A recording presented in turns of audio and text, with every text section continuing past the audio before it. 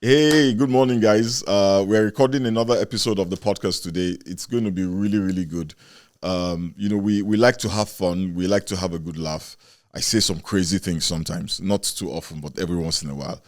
This morning, we've got a really good friend of mine. He's with us all the way. I'll let his accent tell you where he's from, or he might tell you himself. But anyway, we've got my friend in town today, so I wanted to talk with him. I'm going to be I'm going to be the one asking the questions. Shehu and Tunde are not here today. I don't know where those two are. Maybe they're at a party somewhere or something. But I'm going to be asking questions. I'm going to be asking Luke questions. And one of the things that we're going to talk about today is our experience with loss, with grief, the loss of people that are dear to us. I know some of you are going through this right now. Some of you have been through it, and some of you will go through it. It's not a curse, it's just the reality of life. Luke and I will talk a little bit about that as we proceed in this episode. So sit down, relax, stay tuned. Unfiltered. So, it's so good to be back. We're switching things up a little bit. I'm going to host this morning. And we've got with us a wonderful, wonderful, wonderful guy, a good friend of ours.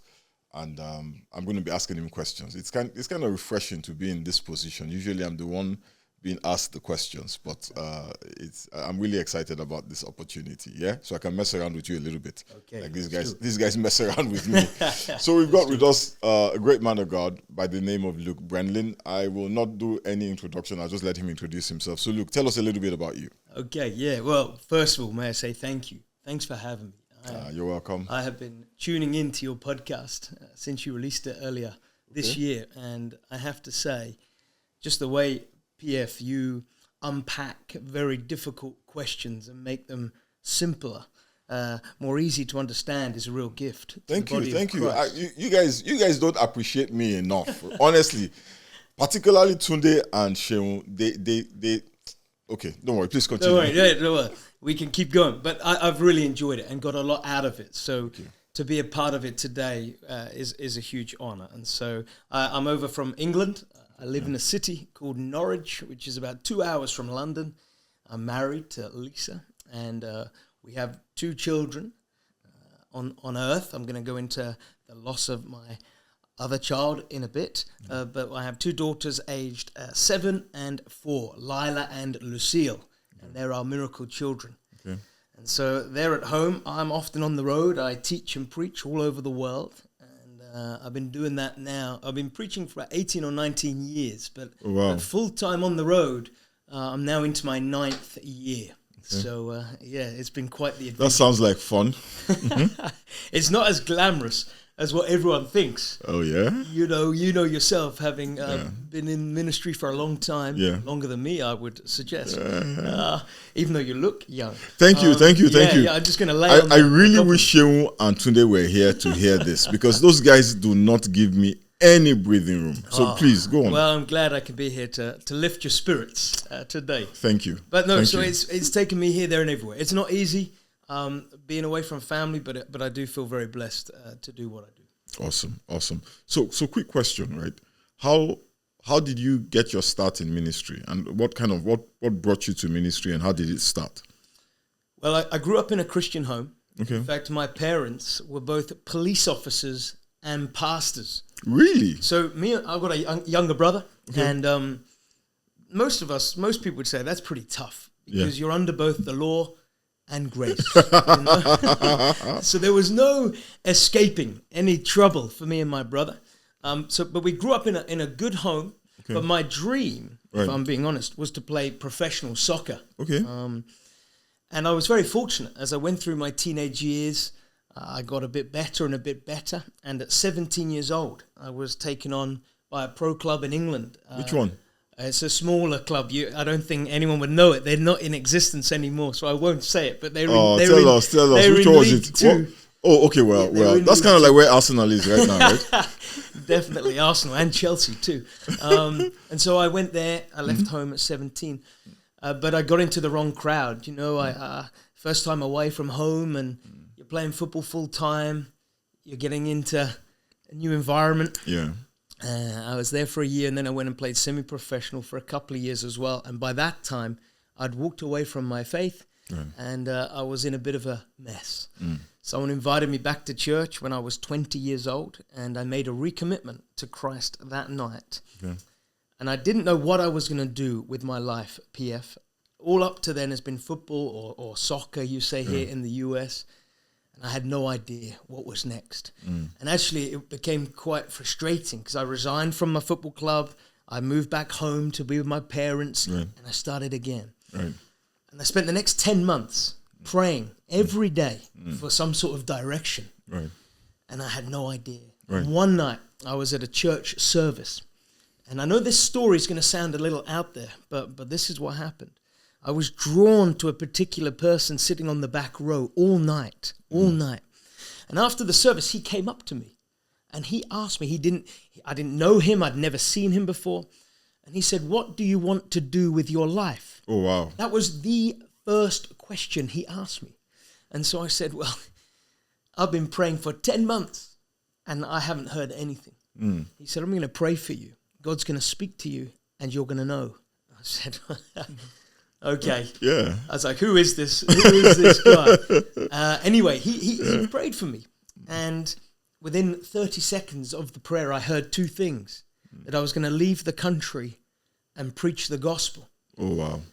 So he stopped praying. He said, did you get a word? I said, "Yes, I did." And I told him. He said, "Go and do it." Now, I later found out that man was not sitting in that seat. No one else saw him that whole night. Oh, wow. So I know it sounds out there, but that was everyone. Well, that's how God works, right? Yeah. You know, in ways that we don't imagine. No. You know, and there are many people have had so many experiences with angels, with God, you know, that defy the way that we usually think about things. So I'm not surprised that you had that kind of experience. Well, it was what I needed. Yeah.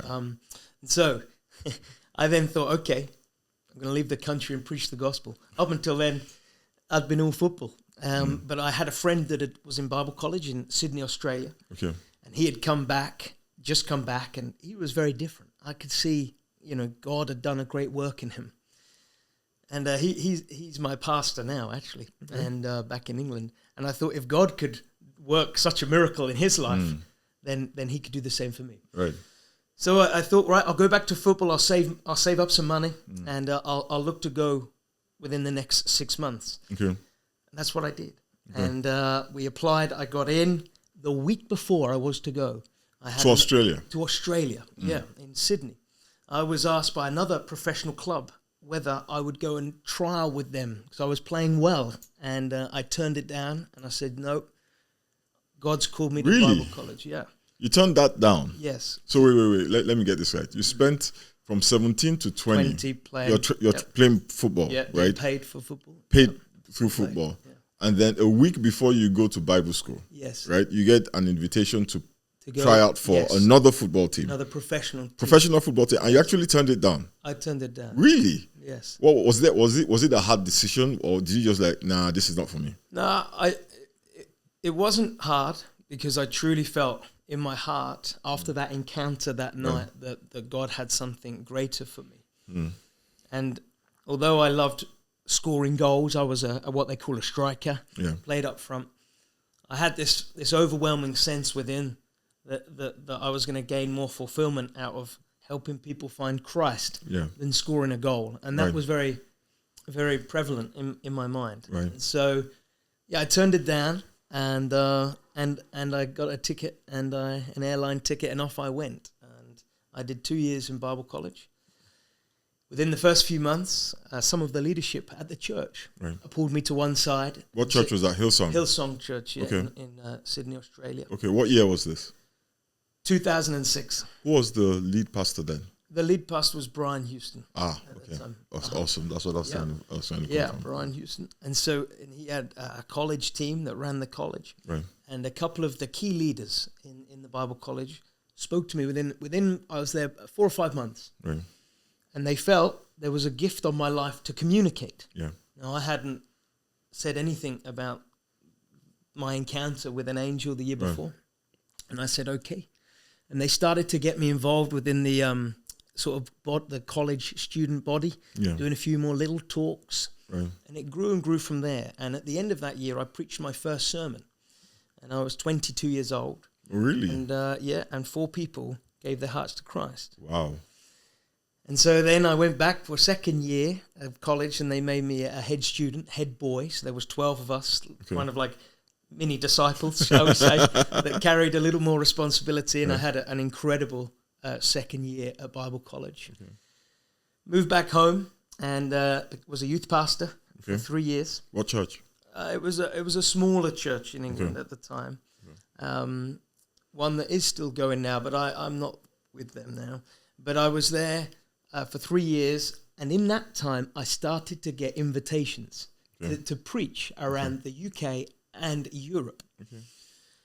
And things just started moving. In fact, I went to preach in the Netherlands. Okay. And this is how it really opened up for me. I went over and did it for a student who I'd studied with in Australia, who'd come back to Holland, and he asked me to go and speak. I went and spoke. We saw many people get saved.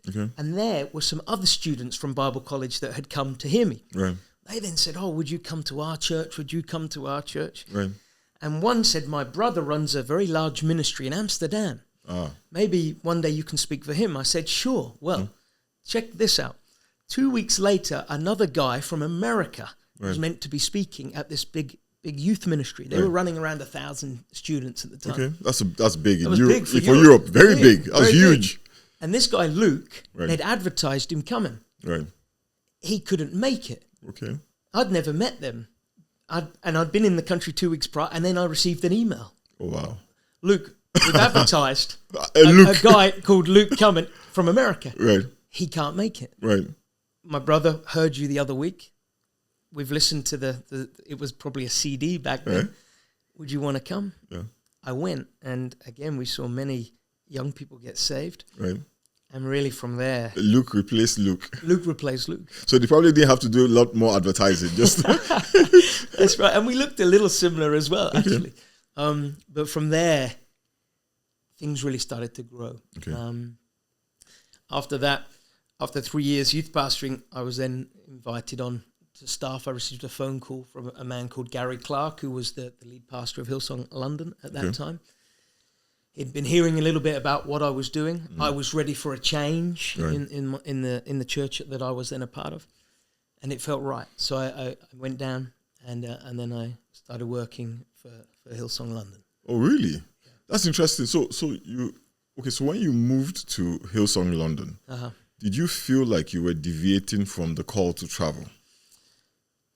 Yeah, I did a little bit, but at the same time, it felt like the right thing. Okay. And I didn't know exactly what my role was going to be. I met with Gary. They were running a social justice project that they wanted me to help lead. Okay. And church was growing. Right. And they knew I had a gift to communicate, and he wanted me to be a part of the speaking and teaching team. Right. So I was on staff for around 5.5 years. Wow, that's a while. The church was really growing. How big did Hillsong get then? Well, Hillsong London, probably if you include the 4 or 5 campuses, plus our main one where I was based for several years, close to around 10,000 people. 10,000 people in London is the equivalent of like 40,000 in America. Yeah. That's a lot. Yeah. For Europe, definitely would have been one of the larger churches. Probably the largest. I can't imagine a church like that. You know what you just said? I find it really interesting. The idea that you are on a certain path, right? And you get an invitation to kind of deviate from that path, right? And many times we struggle with that, right?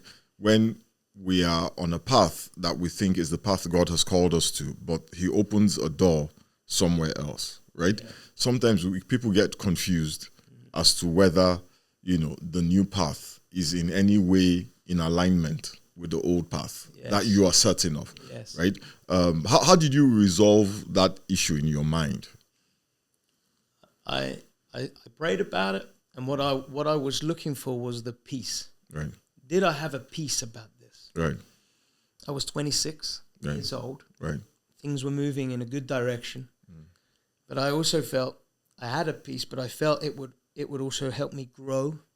having been at Hillsong Bible College for a few years, you were a part of a very big world, and I thought it would be good for my development, for my next step. And so I took that step in faith, believing it was what God wanted me to do. And I had the opportunity to obviously speak. And so I was still preaching the gospel, which was my primary goal. Okay, so, but you were not traveling as much as went before. So let me ask you a question, right? What was the most, because sometimes, right, people get confused, right? And they start to focus on the travel aspect of preaching for you, right? So there's a component of it that is just gospel, but there's a component of it that you kind of enjoy, right? That's the traveling. You know, you like you must like traveling to be a traveling minister. I hate traveling. You have to like it. You have to like it. You have to like being on a plane. You have to like hotel rooms, waiting in airport lounge for hours, man. There has to be some affinity for it, right? And sometimes that affinity can then become our focus. As opposed to the core issue, which is the preaching of the gospel, right? And then we start to pursue anything that has that affinity, right? Anything that gives us that level of personal satisfaction, and forget the core goal, which is to preach the gospel. You know, I have a lot of people who start off saying, well, God has called them to finance the gospel, right? To make money for the gospel. But very quickly, the money becomes the issue, not the gospel. You know what I'm saying? And then the focus becomes on the money, right? And having the money and not doing the gospel part of it. Or God calls you to sing for the gospel, right? And then the focus becomes the singing and not the gospel, right? Forgetting that really the provision, the vision is resourced because the part that we enjoy is given to us to resource the vision, right? Not the other way around. And the vision is always to lift up Christ. That's right. That's interesting. That's right. Well, and also I want to add in there, my heart was to preach the gospel, but going through Bible college, especially a college like Hillsong College, where there was huge focus on the local church, I had a real love, and still do, for the local church. And so when I had the invitation to go and work for the local church, it felt right, because I really value the local church, and I feel my primary gift, as I said, is to preach the gospel. But as time was going on, even in those earlier years, I felt a real passion within my communication to feel like, well, what can I add to the local church? And having that grounding, being a pastor on staff for nearly 5.5 years, pastoring people, it was good. It was good for me, because it was developing. It was developing that inner. I can tell you, Luke, that one of my biggest frustrations, right, in ministry, professionally, is dealing with speakers who have no idea how the local church works. Right? You know, there's a bit of a reality when you have to deal with people on a daily basis.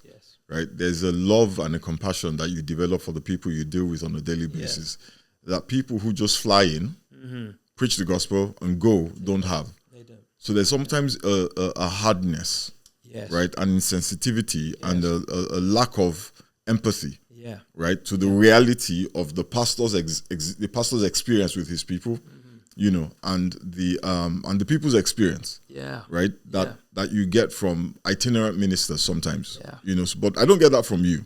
No, but I have seen that too. And when I came off of staff, and I know we can go into this part of the journey in a moment. One of my big things was I wanted to make sure that if I'm doing itinerant ministry, that not only do I want to see souls saved, I want to be a blessing. I want to add something to the local church. I want you to know, as a senior pastor of New Covenant House, that I'm going to bring something that's adding to what you are building day in, day out, week in, week out. You're taking people on that journey from here to here. What can I do that's going to strengthen what you're doing? How can I be a blessing to the local church? And that has always been my outlook. And I have felt in the last 8 or 9 years of doing it, that has been a huge benefit to me. Awesome. It has opened up the doors. because it's genuine. Yeah, it is. It's genuine. No, it really is. I want your church to It really succeed. is. I want I your can feel people it. Yeah.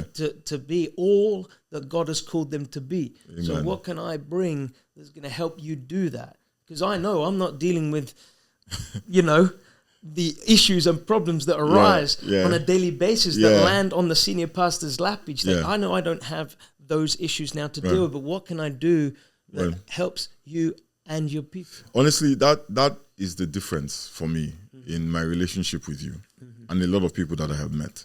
Right? Because a lot of people they have a message, they want to deliver their message, they don't get out. Yes. They don't care about what's going on. No. Just do my thing and get out.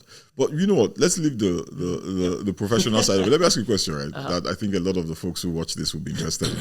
So you're a professional footballer, right? For like 4 years in England. Professional for a year, then semi-professional. Okay. Well, you played football. I paid for money. Yeah. Okay. So this is the thing, right? How did you? We have this impression of football players, right? How did you, when you left and became a Christian, right? How did you transition out of the football player's life? Yeah. And how did your mates take that? It was really hard. Yeah. It was really hard. At first, most people didn't believe me.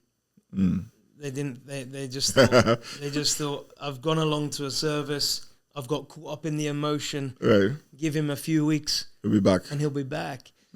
I had to take drastic action, PF, to change. Yeah. So I resigned from the football club, and I was living away from home. Right. I moved back home to my parents. I had to do that because I felt if I didn't and I hung around, I'd probably be likely to go back to it. It was a very dramatic change, and not everyone can make those changes in the moment, but I felt I had to. Right. And it was painful. And yes, I did get ridiculed a little bit, and I also got questioned by people in the game. Many people would say, Luke, this is a big opportunity. Right. Like most people, especially young boys and now girls too in England, love football, love soccer. Yeah. You could have a career, even if you don't reach the very top, you could probably have an okay career at a lower level. Yeah. You're giving up a lot. You might regret this. So I was on the receiving end of quite a few of those conversations. In fact, I have spoke about it a couple of times, perhaps not here, but one of my biggest critics was my own granddad. Really? My own grandfather. He's not here now. He's passed away. But he came and heard me preach that first sermon on that day.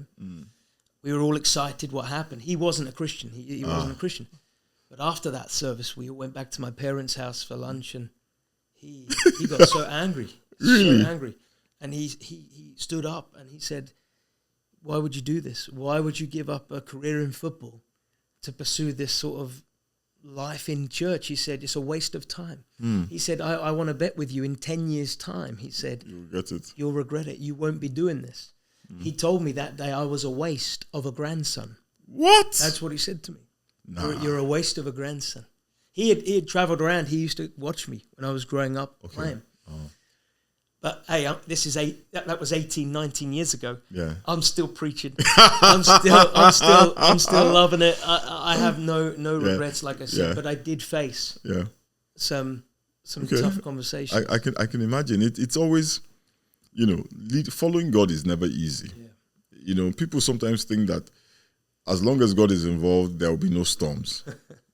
And many times, right, Jesus was in the boat with the disciples. He asked them to get in the boat. Yeah. He was in the boat with them. Yeah. And both times, right, they were obeying his instructions. He was actually with them. Yeah. And they experienced storms that shook them to the core of their being. Yeah. And one of my biggest frustrations with the gospel, the being preached, particularly on social media, is this Christianity of convenience, right? That if God is with you, you will not experience anything. Right? And when you experience stuff, is either because you're a sinner and you need to go and, investigate your sins. And for a lot of us, particularly those of us, not all, particularly those of us of African descent, it's something your ancestor did. Right? So we're caught in this loop of sin. Either it's our sin or our ancestors have sinned. So we're in this cycle of repentance, right? Trying to find a solution to problems that the Bible already told us was going to happen. right? Think about it. If Jesus is in the boat with you, Yeah. and the Bible says he was sleeping Yeah. while the storm was going on, Yeah. right? The second time around, he told them, get in the boat, I'll meet you on the other side. He did. And there was a storm in the middle of that, of that journey. So storms are a part of our reality. Yes. It is not necessarily a consequence of sin. No. In fact, I'd go as far as saying that storms are not a bug. They sometimes are a feature of the operating system, right? Yes. Because the Bible says that when we go through these things, it has an impact on us. It does. That can be beneficial. It does. Right? But talking about storms, I know that you went through a storm that I have not been through that particular storm. I've been through similar storms. And when I think about what you went through with the loss of your daughter, Yes. I don't know how you survived that. Yes. Because that is a thing that when I think about my kids, I can only imagine how devastating that must have been for you and your wife. Yes. So can you, if you don't mind telling us a little bit, about that. So it was April 2015. Okay. I was still working for Hillsong London. Right. And we had journeyed through the 9 months of pregnancy. Okay. In fact, we had just purchased our first house 3 weeks prior to the due date. Okay. And everything was set up. The car seats were in the car. The nursery was decorated. Lisa went in for her final Lisa's scan. your wife? Lisa is my wife. She went in for the final scan just a couple of days before the due date. And I had been at every appointment. And typically this was the only appointment I wasn't there. And the sonographer, they put the gel on the tummy and they scanned the belly. And they couldn't detect a heartbeat. 3 weeks to due date. No, 3 days. 3 days. We bought our house. We were all set. 3 weeks. 3 days to due date. 3 days to the due date. At least was full term. We were just a couple of days out from 40 weeks. Lisa was big, and we were ready. I mean, we were ready. We were ready actually for what was meant to be the best day of our lives. Yeah. But it turned into the worst day of our lives. They couldn't detect the heartbeat. I got up to the hospital as quick as I could. I remember running through those long white corridors, thinking, what am I going to walk into? And when I walked into the room, Lisa was on the bed, just distraught, and that was it. That was it. The 9-month journey was over. And, I think of it a bit like this, to help people understand how some of that felt, because I can tell you the pain is very, very hard to describe, But let me put it to you like this. It's a bit like preparing on going on a great holiday. When you're pregnant, think of it as going on a holiday to like the Caribbean, like an exotic climate. You're all ready. You're anticipating the future. You're packing up the right clothes, the right attire. Your mindset is heading towards this day. And so you get on the plane and you start your journey and you're talking about it. You're ready. You think you're ready. But when the plane lands, you get out the plane. You're in the North Pole. You're not in the Caribbean. You didn't know you were going to be in the North Pole. You have no tools. You have none of the right clothes. You don't know where you are. You don't know how to deal with now what you've stepped into. You go into what you just mentioned, which is survivor mode. Yeah. I've now got to survive in an environment I have no idea how to survive. Add to the fact that I'm a pastor in a large church that would speak regularly, and you've got several thousand people that know we're expecting a baby. Yeah. And I'm known, and you know me, I'm a faith man. Yeah. I preach faith with great passion. Right. And now I've got nothing to show for our 9-month journey. Very hard. Very hard. And the pain was intense and grief. Yeah. You enter into this grief mode, and grief means intense sorrow. Yeah. And it cut very deep.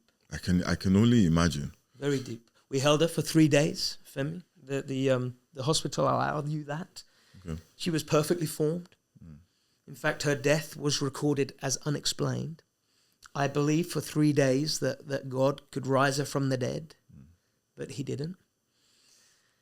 So I was then, thrust into this new journey, new walk with God, the God I'd loved, the God I had served, the God I had followed. Now felt like he was nowhere to be seen. I was very angry with God. Right. How could he do this? How could he let this happen? And so I went on a new journey, a new journey with the Lord. Right. So when that happened, right? Yes. Did you think? First of all, did you feel like you did something wrong? Did you worry that you had done something wrong? I didn't worry if I'd done anything wrong, but I do remember thinking back, was there anything we could have done differently? Right. Or could I have done something a bit better? Right. But I didn't feel like I'd done anything wrong as such. Yeah. But I did feel an overwhelming sense of shock. And like I said, it pushed me into this wrestle with God. What about your wife, Lisa? How did she take it? Apart from the grief, was there any self-questioning? Yes. Was there any, Yes. And Lisa, Lisa's a physician. She is. She's a doctor. She's a doctor, yes, Right. she is. Yes, she did. For a long time. She often asked herself the question you just asked me. Right. Is there anything I could have done? What could I have done? What could I have done? Should I have detected something internally earlier? Right. Could I have done this? Could I have done that? Right. And I think for many women, we have since found out, having now been in this world for a long time, it's a common. Interestingly, it's a common process. We don't hear about until it happens. You don't realize how common that is, and how not unusual it is. Yeah. Well, Elle was her name. Yes, that was Elle. It actually meant we named her before she was born, before this happened. Elle means God's perfection. Oh, wow. So, wow. I actually felt part of my reasoning as to why it happened. I felt that God made her perfect, and that he didn't want sin to contaminate her. Yeah. So she bypassed earth and went straight to heaven. But over the last 9 years, she would have been 9 this year. Yeah. And I don't preach about it all the time. I speak about it sometimes, but whenever I do, the amount of people that come up to me after a service, men and women. In fact, I've had a lot of men because you don't often hear men talk about it. Yeah. You might hear the women, but even then it's not common. No. They talked about. No. But the amount of people that come forward afterwards and say, well, we've had a miscarriage, or we cannot conceive, or we've had a stillborn, or even infant death. Yeah. It doesn't matter what country I'm in. Yeah. It's way more common than what we realize. Absolutely. One of the biggest challenges for me as a pastor is when an old person passes. It's painful, but sometimes it's okay. Yeah. They're not well, and they're going to rest. When a younger person passes, it's harder. Yeah. Right. Yeah. I've conducted funerals for older people, for younger people, but the most painful thing for me is the funeral of an infant. Yes. Having to bury a child. Yes. It is the most distasteful part of pastoring. Yes.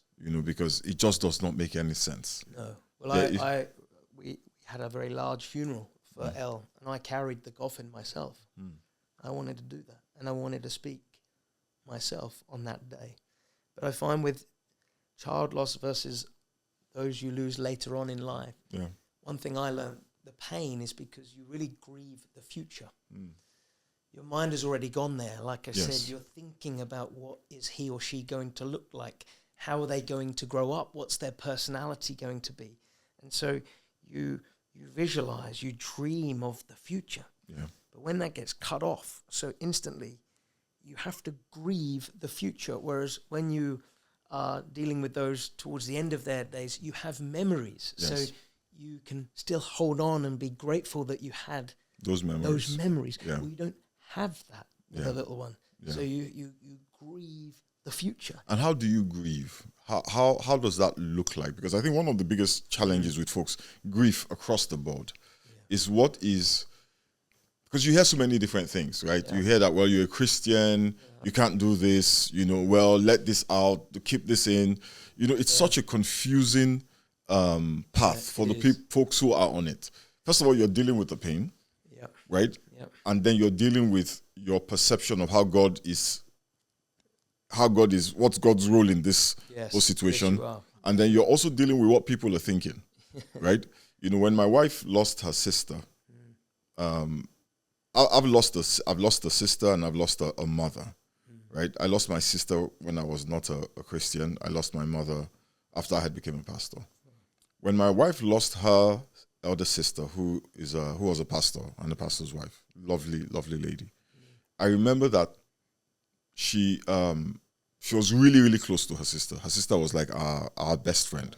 Wow. And when she passed, right, my wife, one of the things that when I think back about it, I feel that I may not have allowed her grieve, right? I may not have given her the room to grieve because I was so conscious of the idea that grief can turn into something else, right? And I didn't know how to control or be involved in it if it went south, so to speak. Down a very, very dark road. Yes. So and that can happen. Yeah.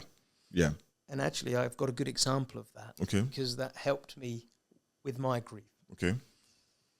Not long after the loss of baby Elle, we received some counselling that was provided through an organisation connected to the hospital. Okay. And this lady came round to our house. It was about 3 or 4 weeks after the loss of Elle. And I remember sitting there, and this lady had lost her stillborn baby 30 years ago. Yeah. She was so bitter. She was still so angry. And I was very angry with God. She wasn't a Christian. This was a secular organization. Right. I was angry with God, and I can get onto that in a moment, especially for that first month. Right. Yeah.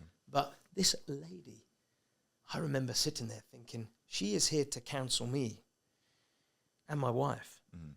But the way she is talking, I don't want to be like that in 30 years' time. So that was the grief for taking over her life. Yes. And she had never moved on from that place. And it was over 30 years ago. And I thought, wow. Yeah. I remember thinking I was in a bad way myself, but I remember listening to her thinking, that cannot be me. In 30 years. In 30 years' time.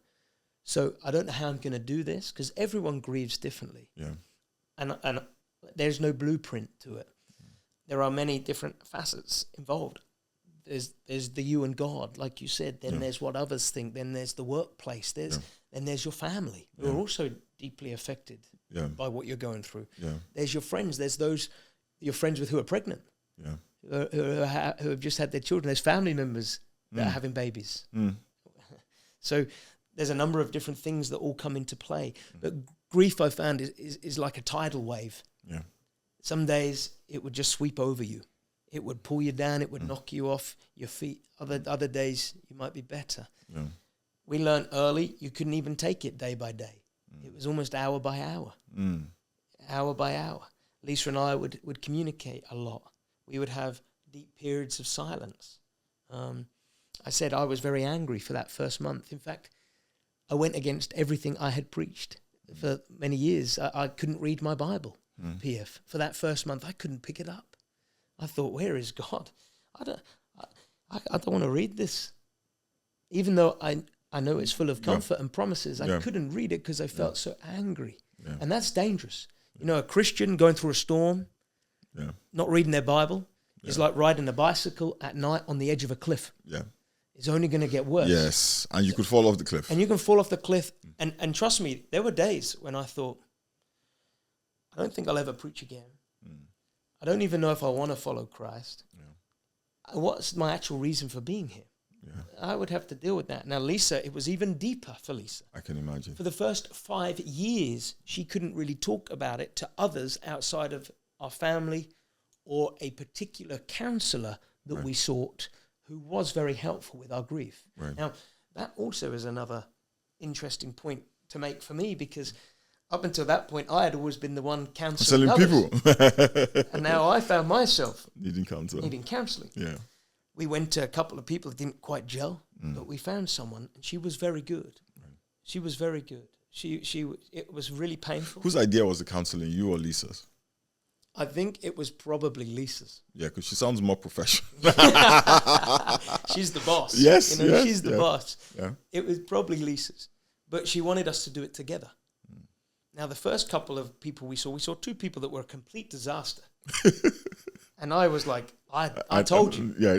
I told you. This was a bad idea. This was a bad idea. In fact, I went into a room once, and we were meant to be getting counselling together. And she had me sit at the back of the room, and she and not next to Lisa, and just wanted to deal with Lisa, and I had to sit in the corner.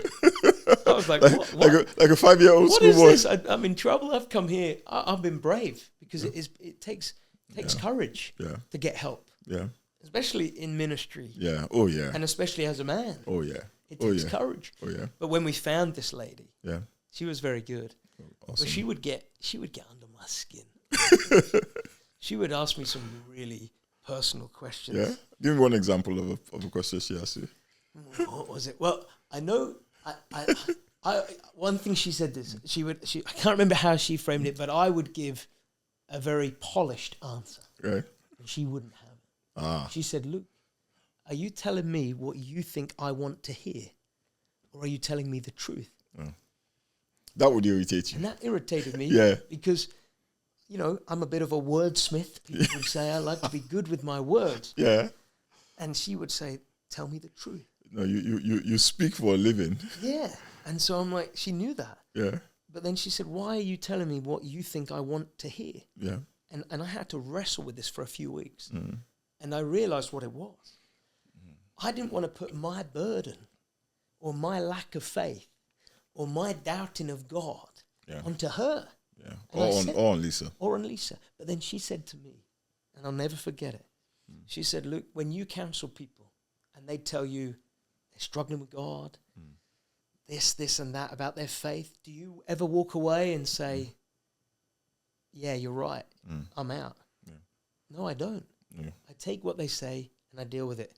She said, "Why are you carrying that burden for me?" And that helped me. So after that, I was really in a good place where I could go through it. But that first year, PF, was really hard. The first Christmas, the first birthdays, the first Mother's Day, the first Father's Day, especially in and around church settings, where everyone else's life has moved on. Yeah. Yours hasn't. Yeah. And that's the hardest thing.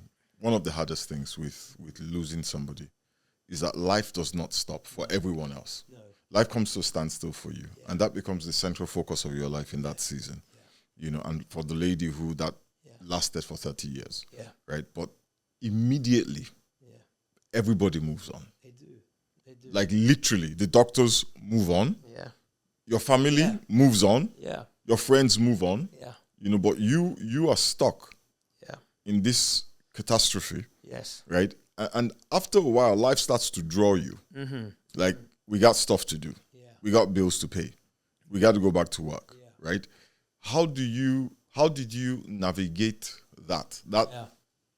I need to keep living. Yeah. And even if you don't want to keep living, life is demanding your attention. Well, I like to look at it like this. Grief, no matter what grief it is, it leaves a hole in the heart. Yes. That hole never gets smaller. No. Life around it gets bigger. True. So we had to make a decision, and we did after that first month or so, that we were gonna have to move forward, but it was gonna be slow. Okay. We were constantly told by good people that we needed to be kind to ourselves, and so it was small steps, and some days it felt like you weren't moving at all. Right. But we did make some conscious decisions that we're in a valley. Yeah. But we can't camp in a valley. Right. We can't set our home up in the valley. We can't get comfortable in the valley. We even if the steps forward are minimal, we got to keep taking it. It still means getting out of bed. It still means brushing your teeth. Right. Lisa was off at work for a period of time anyway because of what was set up with maternity leave. Right. And for me, I had 5 or 6 weeks off, and then I was back to 5 or 6 weeks. Was 5 or 6 weeks enough? Looking back, Yeah. probably not. Yeah. Probably not. Yeah.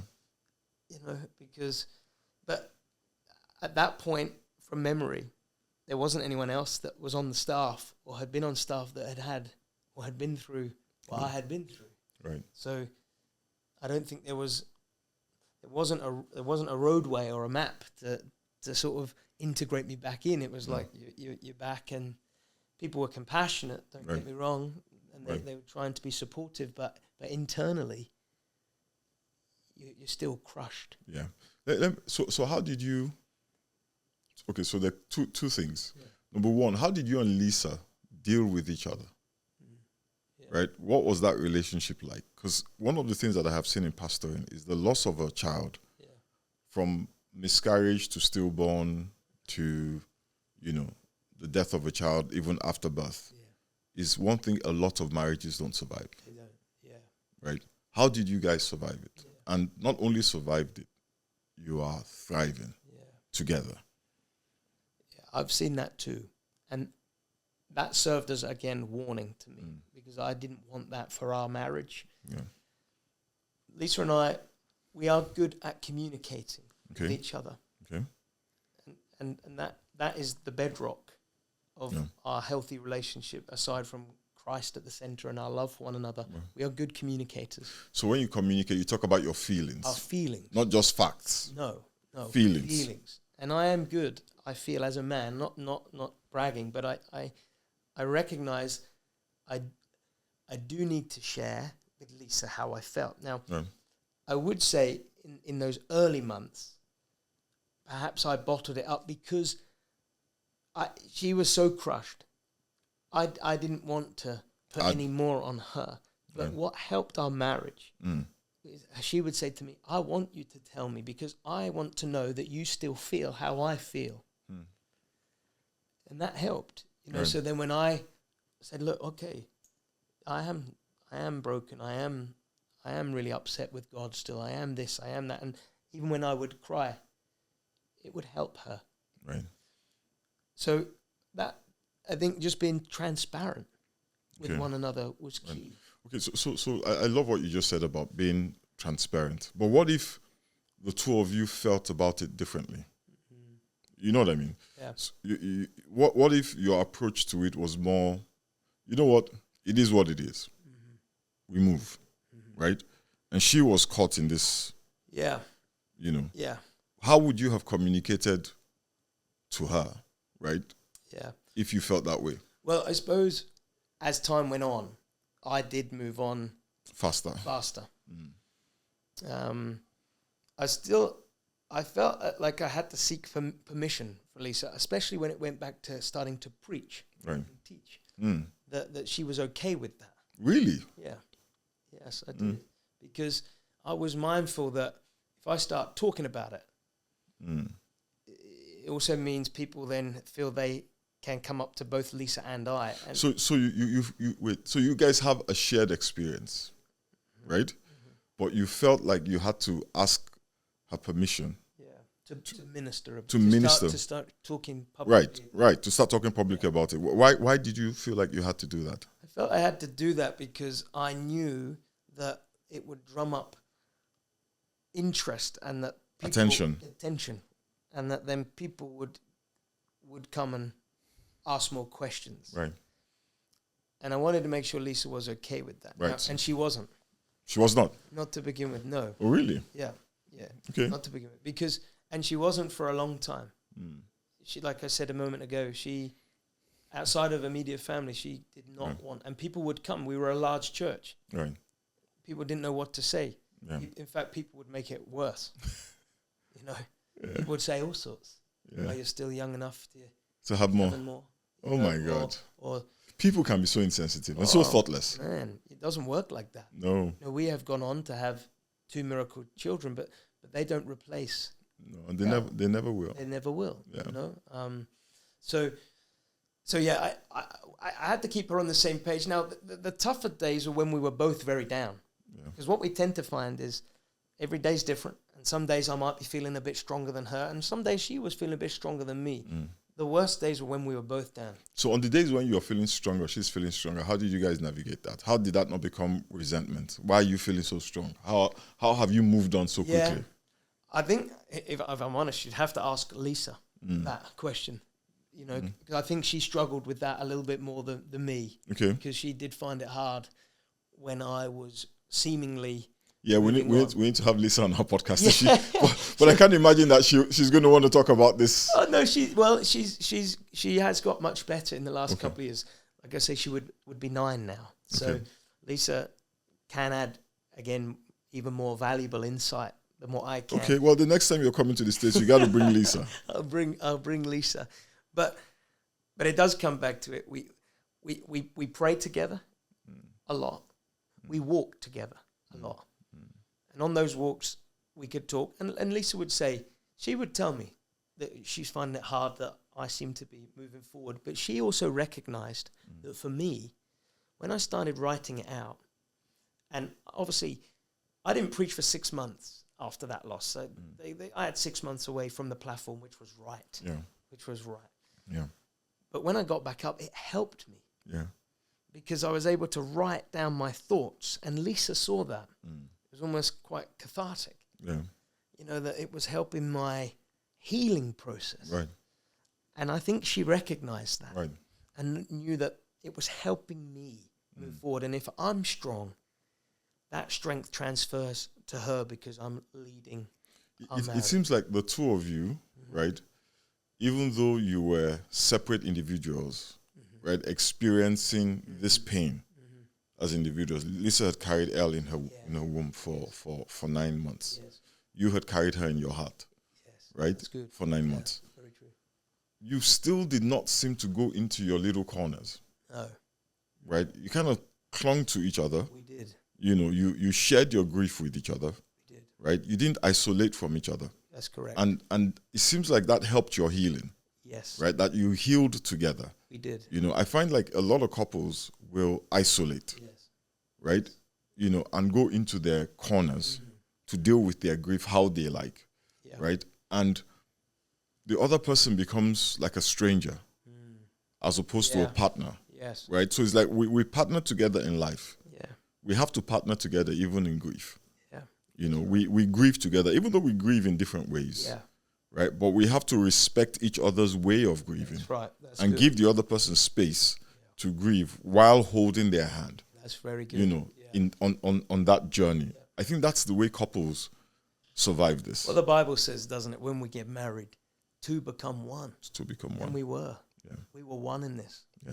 Yeah. She, like you said, feels different. She actually carried the baby. You know, I will never know what that feels like. Yeah. It's a different feeling. That the pain is much deeper. She had Deeper. to have the baby. Yeah. Think about that. You know, we had a cesarean, but still going through that whole process. To know that nothing. Nothing. No crying. You want to hear crying, don't you? Yeah. You want to have that moment. Yeah. She carries all that too, which I didn't. But being around her and her talking through that with me was so key. You let her talk. I let her talk, and I listened. You didn't shut it down. No, we have to listen as men. Yeah, Well, we struggle with that. We do struggle. We want to shut it down. We Like, do. look, everything is going to be okay. You know, we're going to be fine. Don't worry about it. Let's keep going. We do, but when you even look at some of the heroes of the faith in the Bible, I look at Moses. I'm gonna talk on this in church tomorrow. Okay. You know, there's a story where Joshua's fighting Moses and Joshua are fighting the Amalekites. Right, Moses on the mountain. He's on the mountain. Joshua's in the valley. Yeah. I'm gonna talk on this tomorrow. Moses took 2 men with him, Aaron and Hur, up onto the hilltop. Yeah. Because the only way they were going to win was if they held their hands up till sunset. Yeah. Every time he lowered his hands, the Amalekites were winning. Every time he raised them, the Israelites were winning. Yeah. Moses asked 2 men to come with him. Yeah. He asked for help. Yes. This is the hero. The Bible says he's a hero of the faith. Yeah. This is the man who looked Pharaoh, the most powerful dictator on the planet at that time. Yeah. Moses Yeah. asked 2 men to help. Can you imagine? And that I remember reading that during that time. And I was like, all right. I need help. Yeah. Yeah. And me and Lisa need to talk about it, but we need people to come alongside us. Yeah. And this is where the church comes in. Yeah. There are people that were praying for us. Yeah. People we knew, people we didn't know. The local church. Yeah. They were the people that came alongside us and propped us up. Yeah. Propped us up. And you know, as long as you're lifting up your hands, Yeah. as hard as it is, you can see victory. Yeah, you will see victory. You can make a way forward. Yeah. I've seen it. Let me ask you a question. Uh-huh. Is it okay to move forward after a loss? You have to. But you move forward different to how you were before. Again, I look at it through the Bible. Yeah. Jacob wrestles with God. Yeah. I wrote a book about it.